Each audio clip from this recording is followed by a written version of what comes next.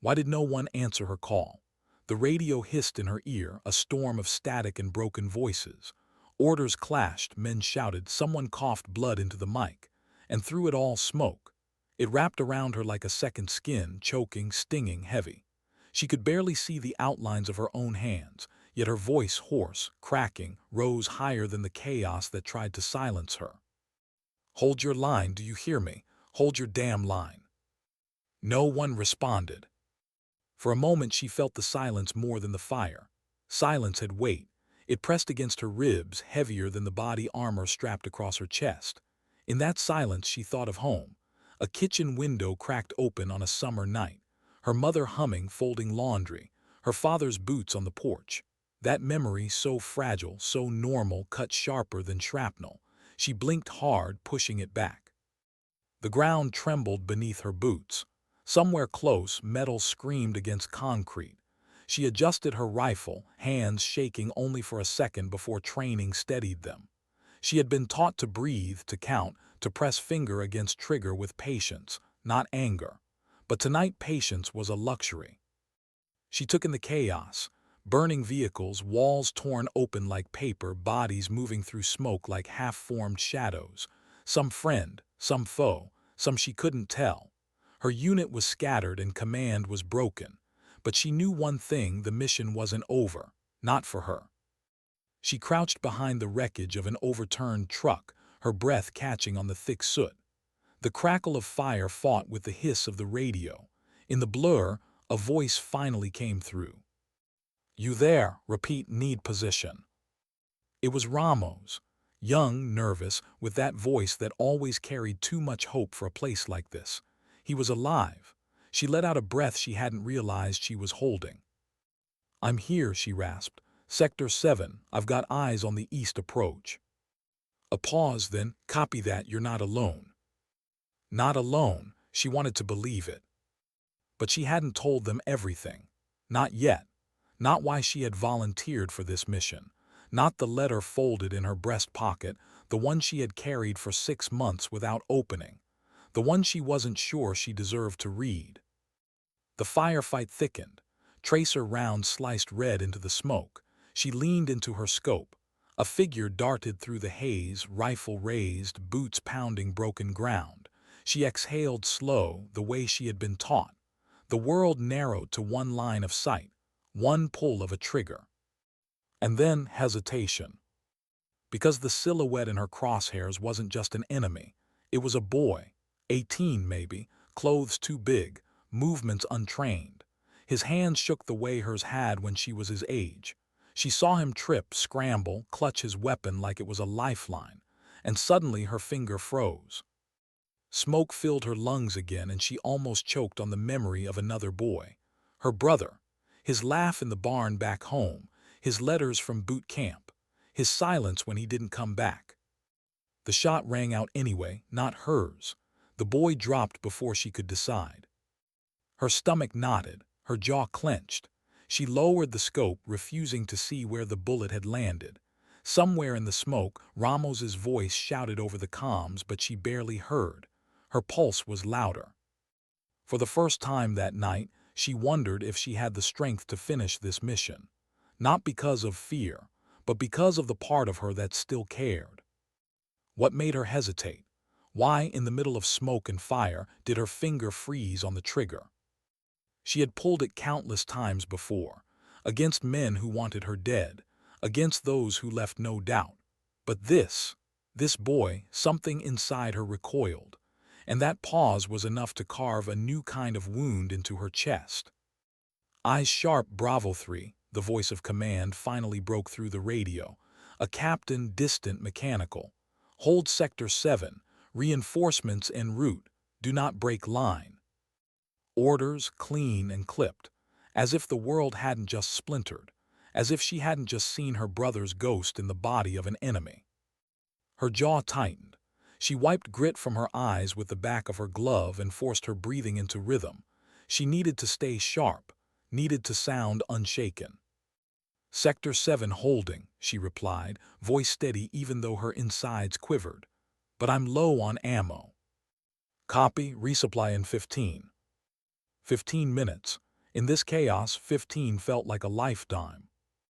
The smoke shifted as wind tore through the broken street.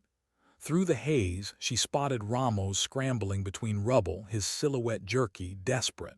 She raised a hand to signal. He caught sight of her, dropped beside the overturned truck, chest heaving, eyes wide behind soot-streaked goggles. "Thought I lost you," he gasped. "You almost did," she said, not unkindly. He tried to laugh, but it broke halfway. Then his voice softened. "Saw what happened out there, you didn't take the shot." Her throat tightened. "Not my bullet that dropped him." "That's not what I meant." Ramos's gaze lingered, heavy, knowing. She turned away, scanning the smoke again. She couldn't let herself unravel. Not here. Not yet. Silence pressed between them until Ramos finally spoke again, quieter this time. "You ever wonder if we're becoming what we came to fight?" She almost flinched at the question.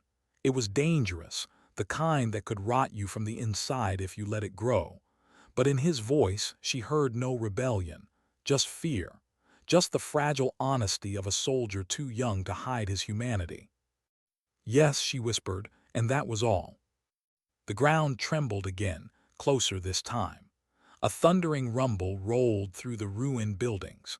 The smoke parted for a brief second, just enough to reveal the silhouette of armored vehicles grinding forward in the distance. "Not theirs." "Contact east approach," she snapped into the comms. "Armored closing fast." Her pulse surged. She grabbed her launcher, the one piece of weight she hated to carry but couldn't afford to leave behind. Ramos fumbled beside her, hands clumsy but determined, prepping spare rounds. The first vehicle broke through the haze, steel, scarred, relentless. Its mounted gun began to churn, cutting air with deadly rhythm. Bullets shredded walls, sent sparks screaming from twisted metal. Her world narrowed again. Smoke, sparks, the clatter of Ramos's breathing. She steadied the launcher, breath slow, finger curling. The shot left her shoulder with a violent kick, and for a second the silence after was deafening. Then the explosion bloomed, orange, sharp, final. The armored beast shuddered, collapsed into flame. Ramos let out something between a laugh and a cry. Direct hit. But she didn't celebrate. She couldn't, because behind the first came another, and another. 3 more silhouettes in the smoke. Her chest ached. She only had one more round, one chance, and then she didn't know. She looked at Ramos. His mouth was set tight now, eyes harder than before. Fear had sharpened into something else, resolve maybe. He was still young, still breakable, but he wasn't running. Not this time. "Go left flank," she ordered. "Draw their fire, I'll take the second." He opened his mouth to protest, then saw her face and thought better of it. "Yes, ma'am." He sprinted into the smoke. Bullets chased him instantly, tearing stone where he had just been. She bit back the urge to call him back.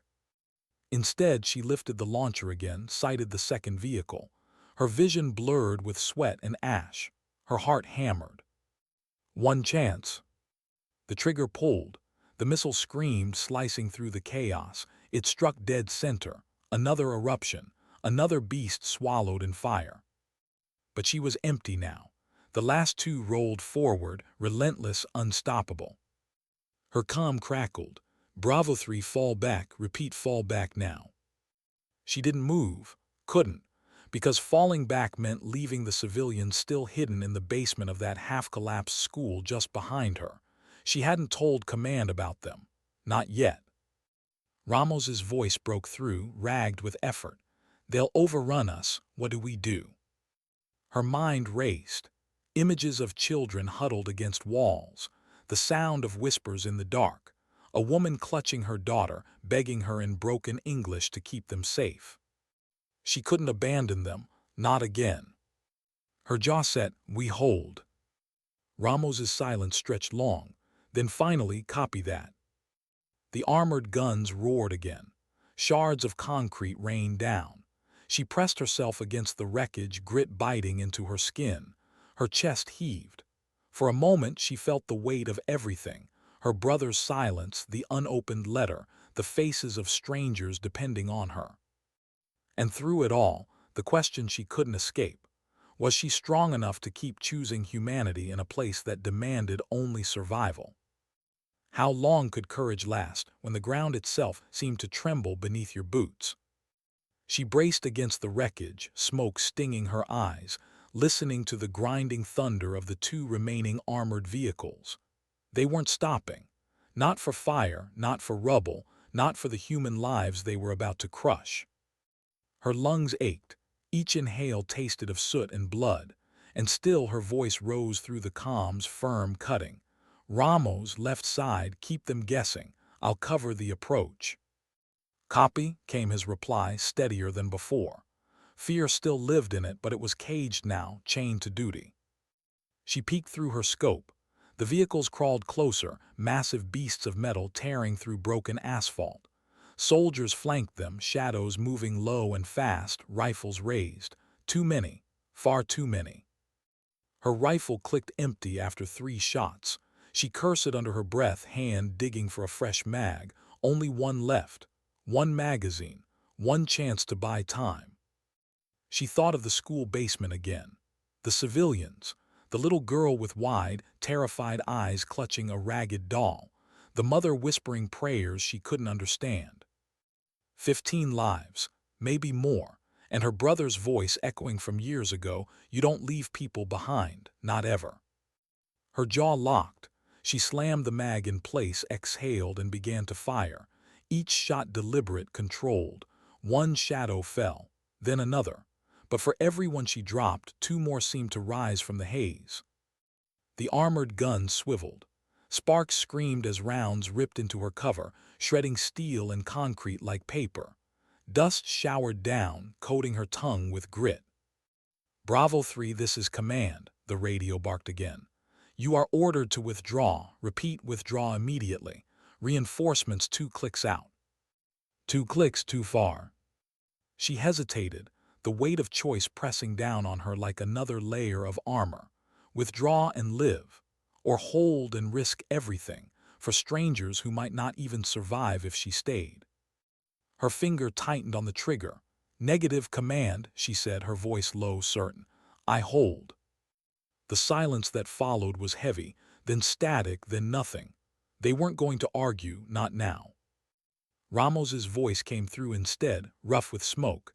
"Guess we're on our own." "Guess we are." He gave a humorless laugh, then coughed hard. "You ever think about what we'll tell ourselves if we make it out of this?" She didn't answer right away. Her eyes tracked the second vehicle, its treads crushing stone, its barrel yawning toward her position. Finally, she whispered, "that we chose to stand when it mattered." The vehicle fired. The blast tore through the air, deafening, ripping her cover apart. She was thrown back, ears ringing, ribs screaming. Her rifle skittered from her hands. Her vision blurred. Smoke swallowed the world in shades of gray and red. Somewhere, Ramos shouted her name, but the sound was distant, underwater. She clawed forward, desperate, until her fingers closed on the rifle again. The metal burned against her palm, but she clung to it like a lifeline. Through the ringing, a memory rose. Her brother's last letter, unopened, still folded in her pocket. She had never dared read it. What if it was goodbye? What if it was anger? What if it was a truth she wasn't ready to carry? But lying there, bleeding, the weight of that letter felt heavier than the rifle in her hand. She forced herself upright, vision swimming, and fired again. One shadow fell, then another. Ramos's gunfire answered from the left, wild but determined, keeping the enemy scattered. Still, the armored beasts crawled closer. Her breath came ragged now, each inhale sharp. She could feel the edge of her strength fraying, and yet something in her refused to let go. Not while the school basement still held voices, not while Ramos still fought at her side, not while her brother's silence still echoed. She pulled a smoke grenade from her vest, thumb trembling over the pin. An idea sparked through the haze, dangerous, maybe foolish, but it was the only way. "Ramos," she said, voice cutting through static. "Cover me, I'm going in close." "What, that's suicide." "Just keep them blind." He swore, but his gunfire intensified, rattling relentless. She yanked the pin and hurled the smoke canister. It burst into a thick white wall, folding over the street, swallowing light and sound. She moved with it, body low, heart pounding so loud it drowned the roar of engines. Closer, step by step, the armored beast loomed. Its metal hide glistened with soot and flame. Its gun swiveled, blind now, firing blind bursts into the mist. Her breath hitched. She pressed herself against its side, feeling the heat radiate off steel. She reached for the charges strapped to her vest, her last card. Hands shaking, she armed them, slapped one against the treads, another near the engine block. The timer blinked alive. 10 seconds. She turned to run. A soldier stepped from the haze, rifle raised, eyes locking with hers. Her body froze, his did too. For one heartbeat they weren't enemies, just two people caught in a war neither of them had asked for. His eyes flicked to the charges, back to her. And in that instant, she saw hesitation in him, the same hesitation that had frozen her finger earlier. She didn't wait to see which of them would move first. She sprinted. The explosion tore the world open behind her. Heat slammed into her back, flinging her forward. She hit the ground hard, ears splitting with the force. Silence followed, then the distant sound of metal groaning, collapsing. She rolled onto her side, vision spinning, and saw the armored beast twisted, broken, flames climbing its frame. One left. Her chest rose and fell in ragged bursts. Blood smeared her glove when she touched her ribs. She didn't know how much more she had left. But when Ramos's voice cut through the static, raw and shaking, she managed a small, grim smile. "You did it," he breathed. She closed her eyes for half a second, then whispered, "We're not done yet." Because the last beast was still coming. And so was the truth she had been avoiding. The truth inside the letter pressing against her heart like a blade she hadn't dared draw. Why did the last one keep moving, when the others had already fallen to fire? She pushed herself upright, body trembling, ribs screaming with every breath. Smoke drifted in torn ribbons across the ruined street, and through it the final armored beast pressed forward, slower now, scarred from debris but still relentless. A monster that didn't know how to die. Ramos slid into cover beside her, coughing, face streaked with grime. "We don't have anything left," he rasped. "No rockets, no charges. What do we even fight it with?" Her hands trembled as she reloaded her last magazine. She looked down at it, the weight of those bullets suddenly enormous. Not enough to pierce armor, not enough to stop the beast, but enough to buy seconds. And sometimes seconds were all that mattered. She steadied her hands. "We fight it with time." He stared at her, confused, but she was already moving, leaning around the wreckage, sending bursts of fire toward the soldiers advancing with the machine. Shadows ducked. One fell. Another faltered. "Keep their infantry busy," she ordered, voice low, urgent. "I'll draw it." "What? That's insane." "Ramos, do it." He swallowed, jaw tight, then he nodded. Her boots pounded broken stone as she sprinted left, drawing the vehicle's gun. Bullets shredded pavement at her heels, sparks and dust exploding around her. She dove behind a fractured wall, chest heaving, ears ringing. The beast roared, its engine echoing through her bones. Its shadow loomed larger with each second, smoke curling like black waves around its frame. And then silence, heavy and sudden. Not from the battlefield, from inside her. Her hand had brushed the folded paper in her pocket, the letter, her brother's last words. She had carried them through months of missions, through nights of fire and silence, always afraid to read. Her heart hammered, the weight of it pressed into her ribs as if demanding to be heard. She wanted to tear it open, right here, right now, even as the armored beast closed in, because some part of her feared this was the last chance she'd ever have. But not yet, not yet. Her radio crackled, Ramos's voice strained, desperate. "They're pushing hard, I can't hold them." She snapped back to the moment. Her grip tightened on the rifle. She fired again, emptying half her mag into the advancing infantry. They scattered, slowed, but not enough. Her cover exploded as the armored gun roared. Stones shattered, tearing her arm with shrapnel. Pain burned hot, but she gritted her teeth, dragging herself deeper into the ruins. Her mind spun. No rockets, no charges, no miracles left. Unless... Her eyes caught on the broken building to her right. The upper floor leaned dangerously, its supports fractured, barely holding. One good strike and it would come down. And maybe, just maybe, it could bury the beast. She keyed the radio. Ramos pushed them toward the east wall now. "You're out of your mind. Just do it." Her voice cracked like steel. He didn't argue.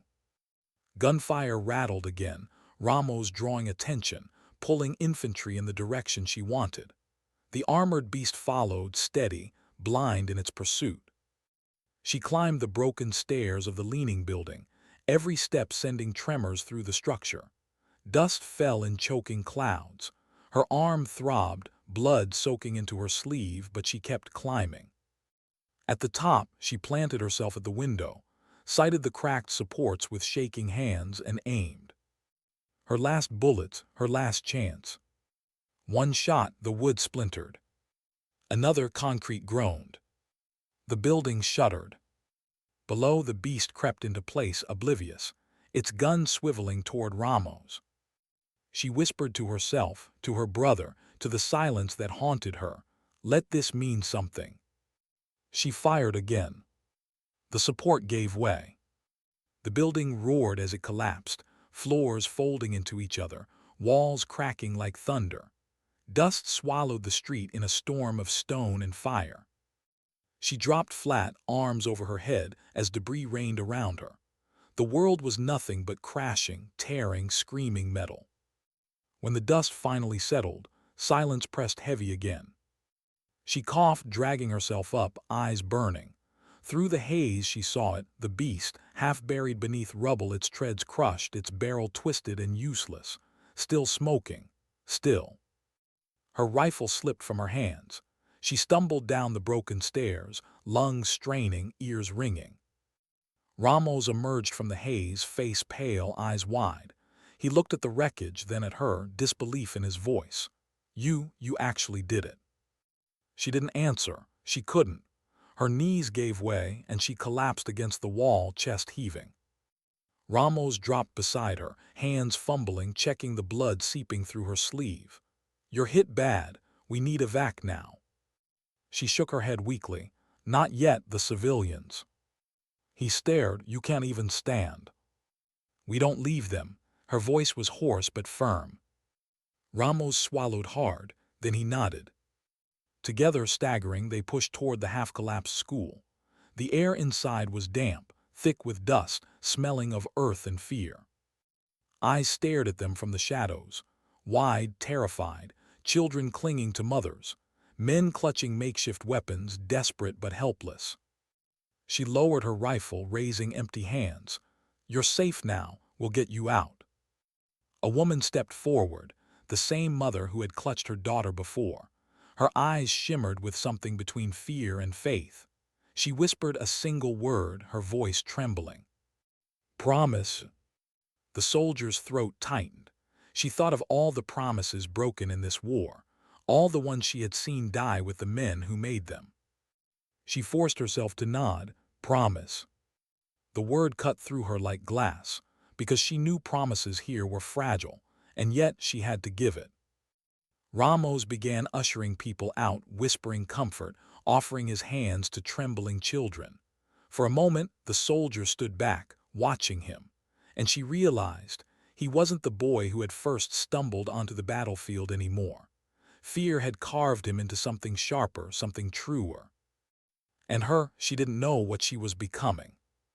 Her hand brushed the letter again, and this time she almost pulled it free, almost opened it, almost let the truth bleed out into her hands.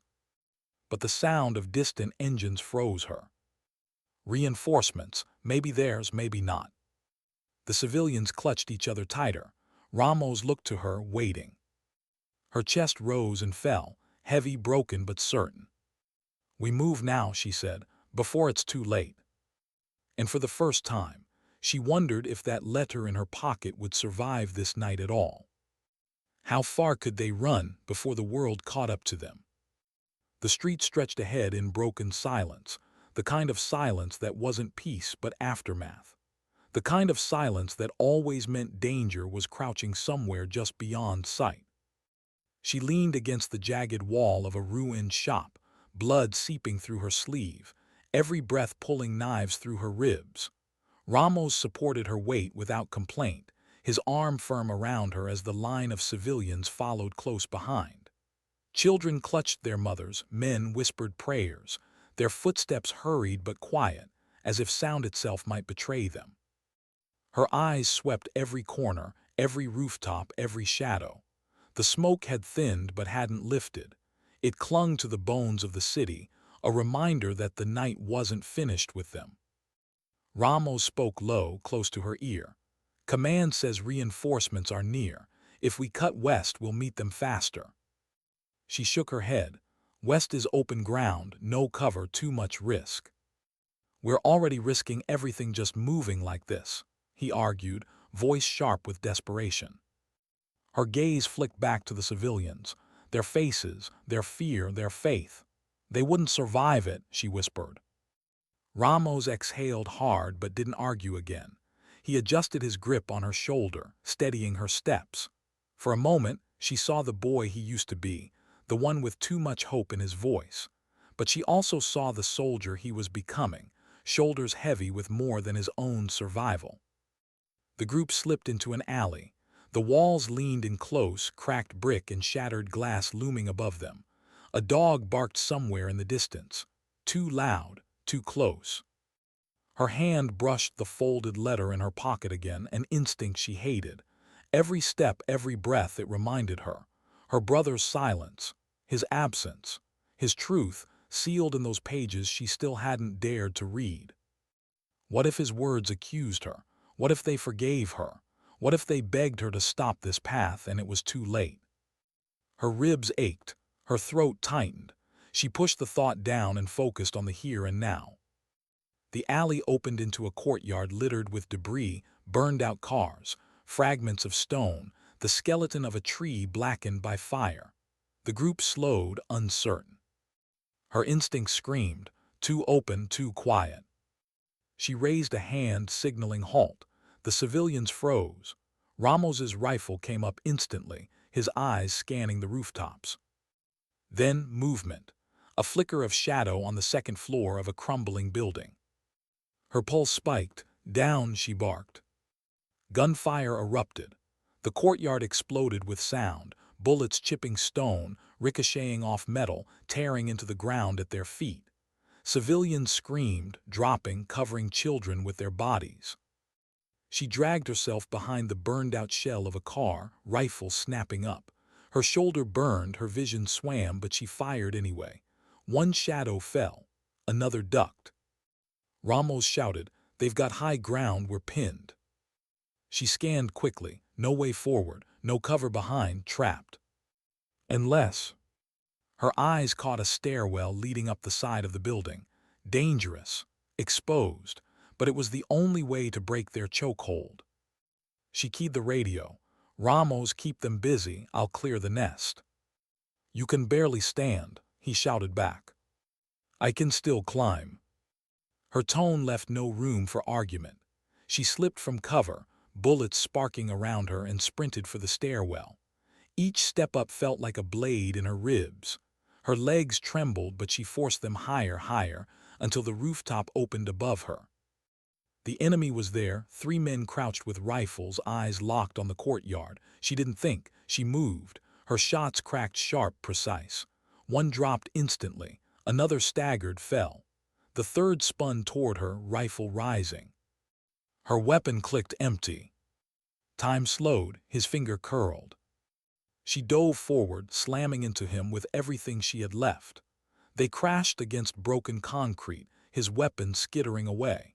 He was stronger, heavier, driving her down, hands closing around her throat.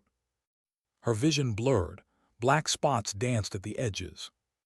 Her hand clawed for anything, stone, steel, bone. Her fingers closed on a shard of glass. She drove it forward, desperate. He grunted, body jerking, grip loosening just enough for her to roll free.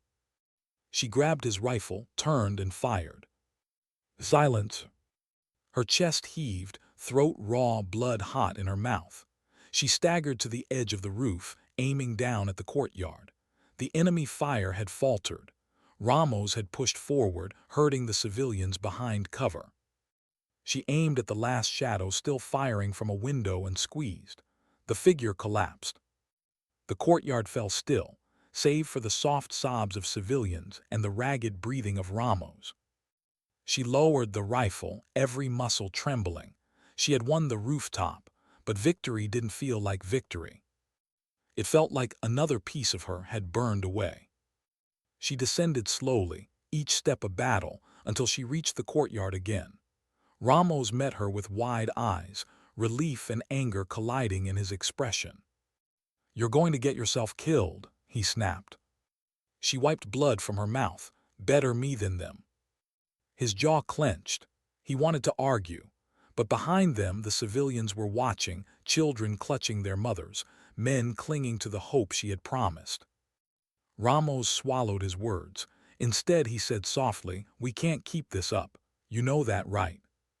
She didn't answer. Couldn't, because he was right. Her body was failing, her ammo was nearly gone, and reinforcements hadn't arrived. But stopping wasn't an option, not when lives still depended on her.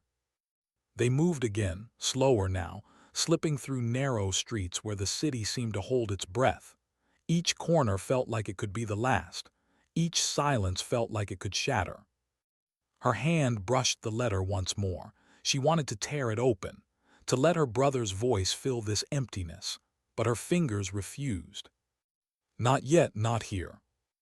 Instead, she pressed forward, ribs aching, lungs burning, heart whispering the same question with every step. How much more of herself could she give before there was nothing left to give? And in the shadows ahead, the answer was waiting. The city was a maze of shadows, and every turn felt like a test. Her legs were lead. Her arms screamed with every swing of her rifle. The pain in her ribs was a constant drumbeat, but she moved anyway, because to stop was to surrender. Ramos guided the civilians ahead, his rifle sweeping corners, his shoulders tense. His face had hardened, boyish hope tempered now by reality's fire. But in his eyes, when they flicked back to her, there was still that unspoken plea. "Don't leave me to do this alone." The civilians moved like ghosts, whisper quiet, eyes wide with fear. They had trusted her when the radios lied, when the officers spun words into illusions. Now their faith was tethered to her stubborn heartbeat, fragile and desperate. And she knew she couldn't let it break. The smoke was thinner now, but it wasn't gone. It curled in alleys, clung to windows, turned the moon into a pale blur. The city smelled of ash and metal, of endings. They reached the skeleton of a collapsed bridge. Its bones jutted upward, steel twisted into claws. To pass, they would have to crawl beneath the wreckage, one by one, into the dark tunnel it formed. She signaled halt. Her instincts itched, too quiet again, too still. Her breath slowed. She crouched scanning, nothing moved, not a sound, not a whisper. But her gut screamed. She tapped Ramos's shoulder, pointed upward. He nodded. They both lifted rifles to the jagged ridgeline above the bridge. And then they saw it, just for a heartbeat, glass glinting faintly in the moonlight. "A scope. Sniper." "Down," she barked. The first shot cracked a breath later, hitting sparks from twisted steel inches from Ramos's head. Civilians screamed, flattening themselves against the ground. Her heart hammered. They couldn't stay here. A sniper with high ground would bleed them out one by one. She scanned fast, angles, distances, options, none good. But hesitation was death. She whispered to Ramos, "I'll draw fire. You move them through the bridge." His head snapped toward her, eyes wide. "That's suicide." So as waiting, she shot back. Before he could argue, she broke cover. Her boots pounded cracked pavement as she sprinted toward the side street, rifle in hand. The shot came instantly, sharp, thunder in her ears. Stone exploded near her feet. Another tore sparks from a rusted car. She zigzagged, low, fast, ribs screaming with every step. Another shot whistled past her head, close enough to feel its burn. She dove behind the rusted shell of a bus, gasping. The sniper was good, patient, tracking her like prey. She forced her breathing steady. Her mind raced through calculations, angle, distance, timing. And then an old rhythm came back to her. The rhythm her brother had drilled into her when they were kids, lying in the dirt fields with borrowed rifles. "Don't fight the heartbeat," he'd whispered back then. "Use it. Between beats the world slows down, between beats the shot is yours."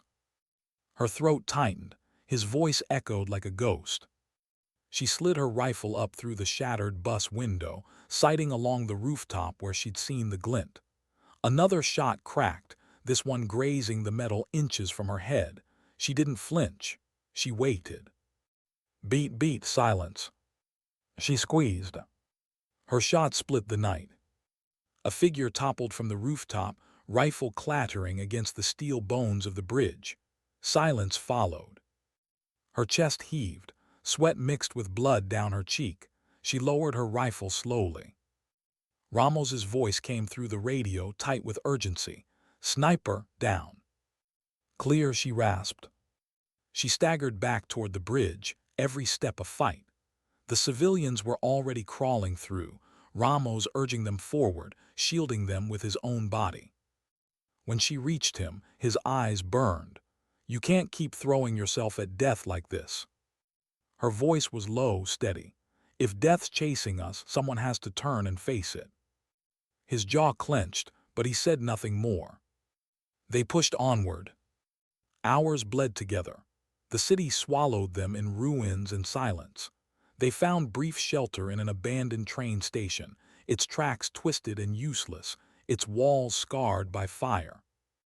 The civilians huddled together in shadows, whispering prayers, clinging to each other.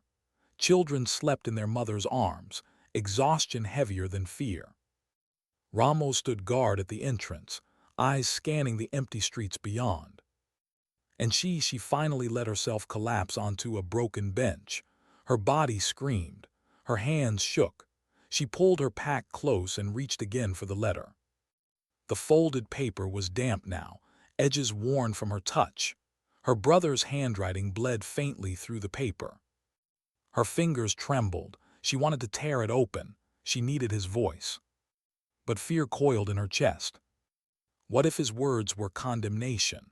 What if he blamed her for surviving when he hadn't? What if he begged her to come home and she could?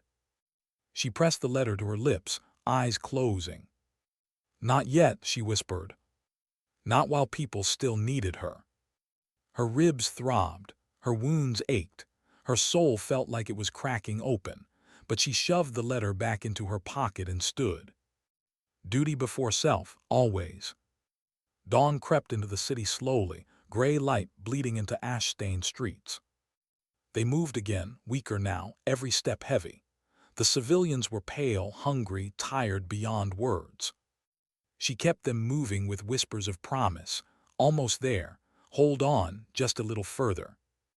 But inside, she wasn't sure how much further any of them could go. By midday, they reached the edge of the industrial district. Cranes lay toppled across silent factories. Smoke rose in lazy spirals from craters in the earth. And then finally, her radio crackled. "Echo Team, this is command. Reinforcements en route. Hold your position." Relief rippled through the civilians. Ramos exhaled a sound that was half laughter, half sob. But her instincts didn't relax. Reinforcements weren't here yet, and promises over radio, she'd learned not to trust them. She raised her rifle, scanning the horizon. And that's when she saw it. A figure alone, moving through the smoke toward them. Too calm, too steady. Not a civilian, not a rescuer. Her grip tightened on her rifle. Ramos saw him too. "Friendlies?" he asked. Her gut twisted, her heartbeat slowed. "No," she whispered, "not friendly." The civilians pressed closer, fear rising again. The figure stepped into the light. His uniform was torn, insignia missing, eyes cold and empty. In his hand, a rifle, held loose but ready. And in that moment she realized this wasn't rescue. This was another test. The kind that broke soldiers. The kind that demanded a choice she wasn't ready to make. Why was he alone? That question hit her harder than the smoke, harder than the ache in her ribs. Soldiers didn't move alone here, not in this ruin, not unless something had already gone wrong. The figure's boots crunched softly on broken glass as he drew closer. No urgency, no fear, just a steady, deliberate stride, as if he knew the ground already belonged to him. She raised her rifle, sight locked on his chest. Ramos mirrored her, but his breathing was ragged, fast. She could hear it in her headset. "Identify yourself," she called, voice cutting through the stillness. No response. The civilians clutched each other tighter, eyes darting between her and the man. A child whimpered, quickly muffled by a mother's hand. The silence that followed pressed in heavier than the smoke. The figure finally stopped 10 meters out, close enough for her to see his face in the pale light. It wasn't the face of a stranger. Her stomach dropped. She knew those eyes. Not personally, but she'd seen them before in the mirror after missions that left her hollow, in the photographs of her brother's unit before they were wiped out. Eyes that had once been bright, now emptied, stripped of hope, of humanity. He wasn't an enemy, not exactly. He wasn't a rescuer either. He was something worse. A soldier left behind too long. Her voice cracked against the weight of realization. "You were with." But she stopped herself. The name hovered unspoken. The unit, the mission, the truth she'd avoided saying out loud. The man's gaze flicked to her rifle, then to the civilians huddled behind. His hand tightened on his weapon. Ramos whispered, "Orders." Her breath caught. Orders. What orders could cover this? Every instinct screamed danger. He was armed, unstable, unpredictable. Logic said end the threat now before it ended them. But her chest burned with another truth. She saw herself in him, saw what she could become if the wrong mission broke her, if she let silence hollow her out completely. And worse, she saw her brother. She lowered her rifle, not fully, just a fraction, enough to show she hadn't chosen death yet. Her voice softened, carried by the kind of weight only shared suffering brings. "You don't have to do this." His jaw twitched.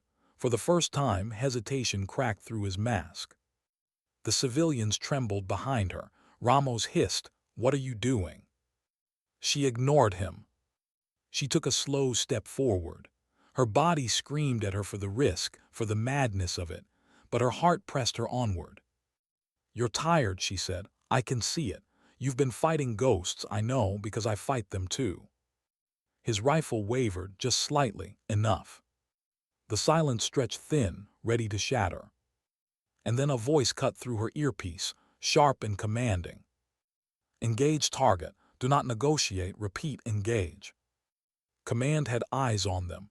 She hadn't even realized. Her pulse thundered.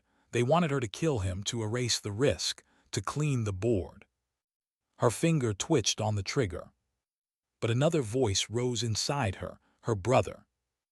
"Don't let them tell you what's human. You decide that for yourself." Her chest tightened around the memory, around the letter still hidden in her pocket, unopened. She shut out the radio. She shut out everything but the man in front of her. "I'm not your enemy," she whispered. For a moment he just stared. Then his grip slackened. His rifle lowered an inch. His lips parted like he might speak. And that's when the shot rang out. Not hers, not his. "Ramos." The man staggered, eyes wide with betrayal, then collapsed into the ash. Her breath left her in a ragged gasp. She spun toward Ramos, fury breaking through her exhaustion. Why? Ramos's face was pale, his hands trembling on the rifle. He was going to kill us. I saw it, he. She cut him off, voice low and shaking. You didn't see, you didn't wait. The civilians were silent, their fear shifting, not sure who to trust anymore. Ramos's eyes filled with something raw, not defiance, not pride, guilt. He looked younger than ever in that moment, a boy, not a soldier. Her hands shook, her throat burned. She wanted to scream, to collapse, to tear the letter open and demand her brother tell her what was right. But there was no time. The radio crackled again. Good shot, threat neutralized, continue moving to extraction point. The words were sterile, cold, a dismissal of a life. She stared at the fallen man, smoke curling from his still body, and inside her something cracked deeper. She didn't answer command. She just moved, pushing the civilians forward, her jaw locked tight. Ramos followed in silence, his shadow heavy with shame. The extraction point wasn't far now. Just a mile of broken streets, a mile of wounds and ghosts. But every step she took felt heavier. The civilians dragged themselves forward, clinging to the idea of rescue. Ramos stayed close, but his eyes never met hers. Her ribs ached, her arm throbbed, her soul felt hollow. And through it all, the letter burned in her pocket like a weight she couldn't bear. She thought of opening it now, right here in the ruins, letting her brother's words decide for her.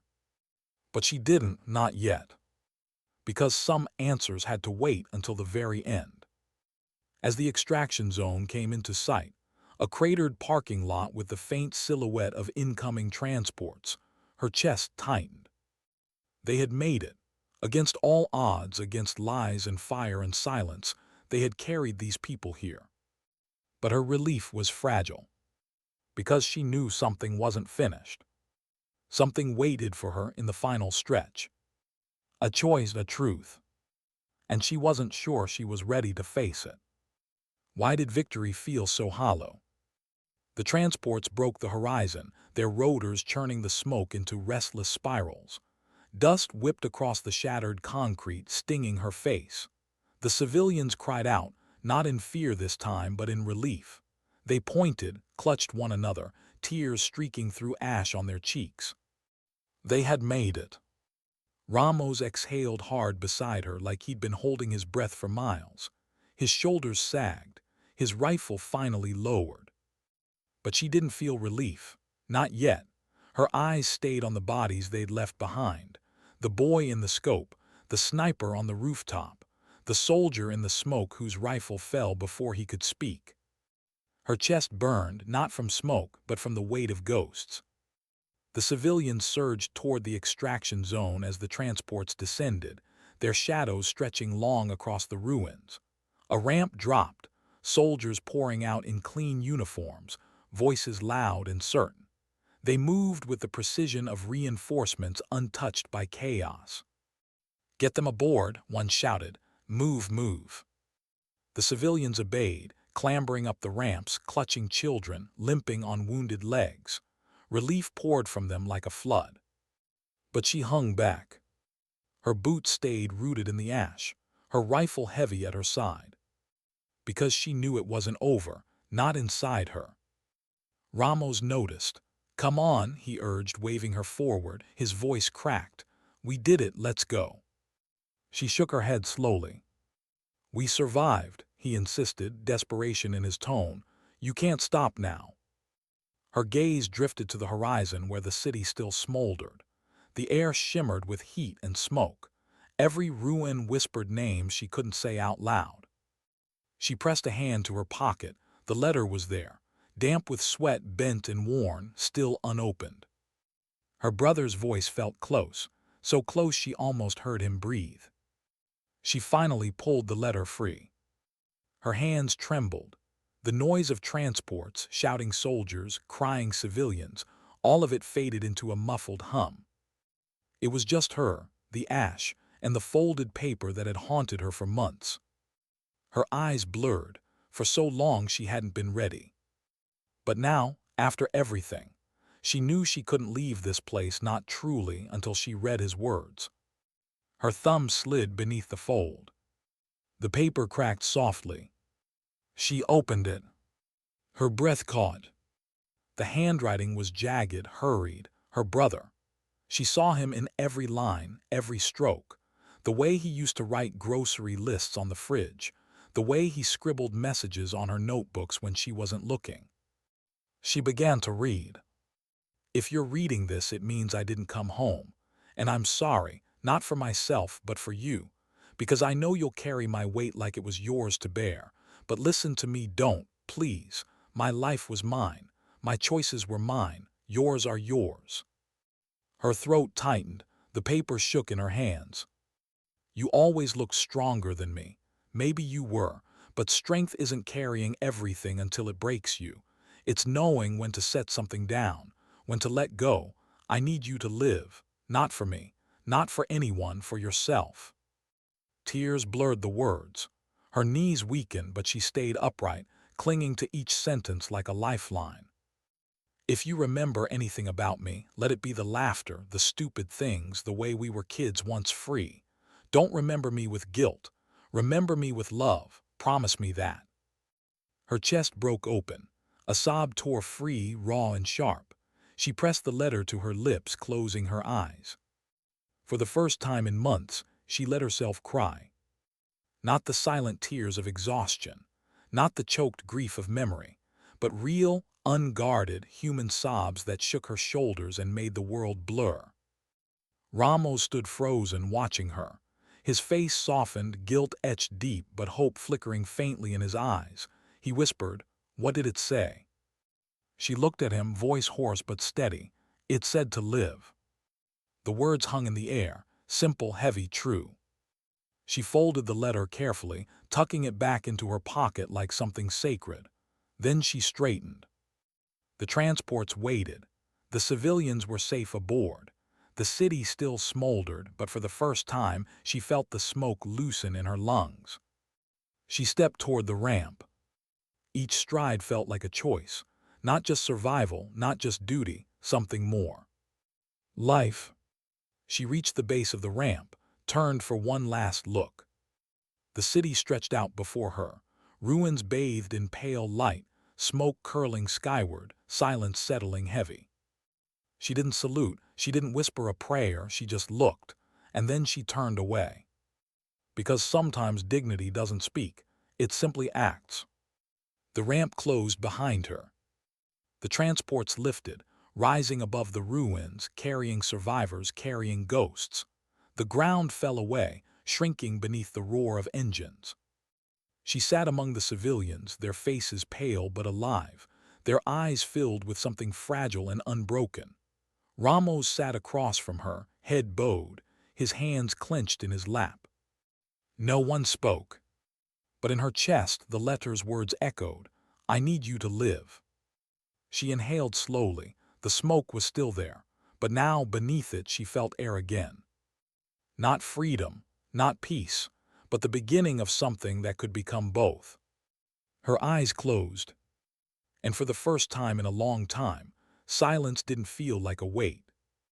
It felt like a promise,